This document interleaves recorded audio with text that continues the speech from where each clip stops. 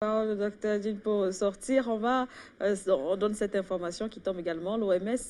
Selon l'OMS, 250 millions d'Africains pourraient donc attraper le coronavirus en un an, mais les experts de cette organisation pensent que plus de gens y survivront qu'aux États-Unis et en Europe parce que beaucoup d'Africains sont jeunes. Docteur Emmanuel Dine, peut-être pour sortir des propositions, solutions. Voilà, je ne vais pas jouer le jeu de la danse du moineau, mais il est important que je finisse par le panéliste Patrick Sapak l'a déjà dit. Les mesures sont déjà prises ou bien tout est déjà en marche pour une force africaine de santé ou bien une force africaine de vrai développement. Parce que la santé n'est pas seulement ce projet qui regarde l'Afrique, surtout qu'on utilise la santé pour nous amortir sur le plan économique, pour nous tuer, pour nous assassiner et pour nous vilipender. Je ne finirai pas d'en sans dire et supplier encore au président africain que l'affaire du corona est fabriquée de toutes pièces par les Illuminati et n'a pas commencé aujourd'hui. Coronavirus, c'est déjà 666, je vous l'ai dit. Et Macron n'a cessé de le dire. Personne n'échappera au nouvel ordre mondial. Et nous arriverons au nouvel ordre mondial par l'intelligence artificielle, qui sera une sorte de vaccination. Alors, il faut donc prendre une convention opérationnelle de vaccination identitaire pour y arriver. Et maintenant, c'est la première phase parce qu'il y a 3 phases.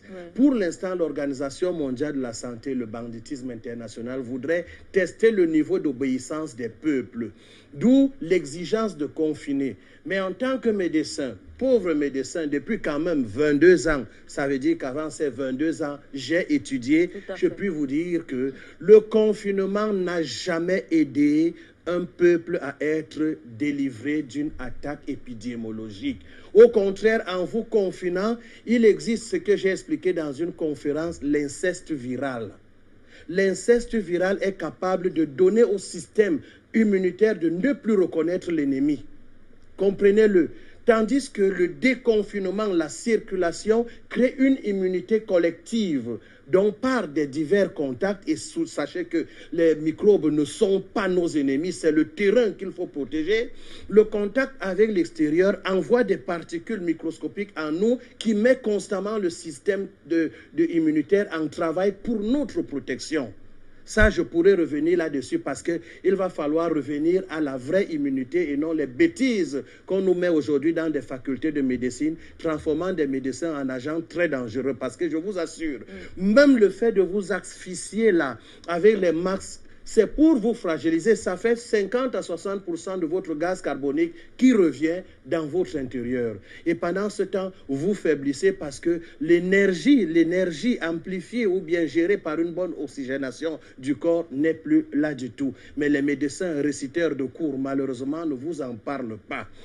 Toutes les résolutions qui sont prises là sont mauvaises. Comme ces fûts qu'on trouve là dehors, regardez, vous ouvrez un robinet dont vous déposez votre Covid, vous lavez les mains et qui ferme? C'est encore vous. Vous reprenez le Covid.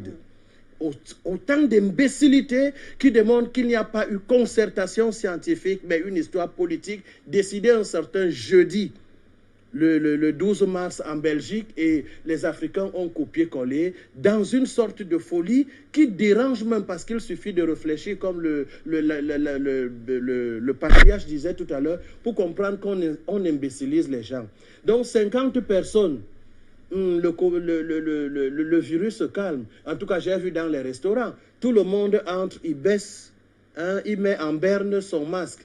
Le Covid attend. Il mange d'abord. Après, il remet. Le Covid frappe. Des imbécilisations comme ça ne doivent plus exister. Et les gouvernements africains doivent consulter leur peuple. Ce n'est pas un ministre de la Santé ou un premier ministre qui viendra s'adresser aux enfants, parmi lesquels les médecins, comme si nous sommes encore à l'époque où on va nous fouetter si on n'obéit pas au pouvoir, qui doit nous rendre compte et doit nous consulter. On imbécilise les gens comme ça et le monde nous observe comme une Afrique idiote pour qu'une organisation mondiale de la santé vienne nous raconter les histoires. Il n'y aura pas de ces morts et que le laxisme de nos chefs d'État, de nos gouvernements, de nos autorités cesse. Sinon, le peuple prendra ses responsabilités.